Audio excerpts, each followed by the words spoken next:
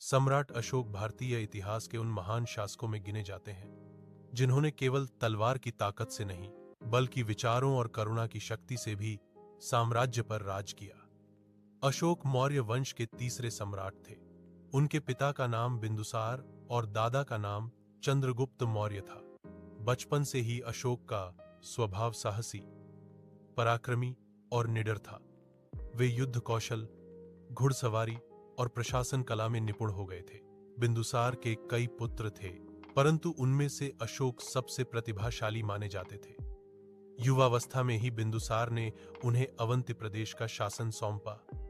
वहां जाकर अशोक ने अपनी बुद्धिमानी और कठोर अनुशासन से व्यवस्था को सुदृढ़ किया। जनता उनके न्यायप्रिय और कर्मठ स्वभाव से प्रभावित हुई।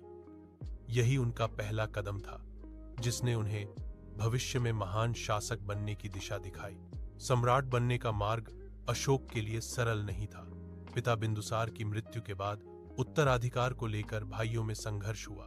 उस समय मौर्य साम्राज्य बहुत विशाल था और इसे संभालना किसी साधारण व्यक्ति के बस की बात नहीं थी।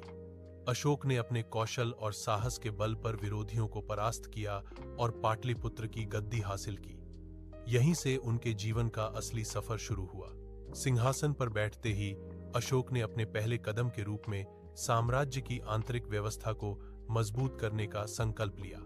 उन्होंने राज्य की सीमाओं की सुरक्षा, प्रशासनिक पदों की व्यवस्था और न्याय व्यवस्था को व्यवस्थित करना शुरू किया। अशोक चाहते थे कि उनका साम्राज्य केवल युद्ध शक्ति से नहीं बल्कि सुशासन से भी महान बने। हालांकि इस समय तक अशोक का स्वभाव कठोर और युद्धप्रिय था। वे मानते थे कि साम्राज्य की ताकत बढ़ाने के लिए पड़ोसी राज्यों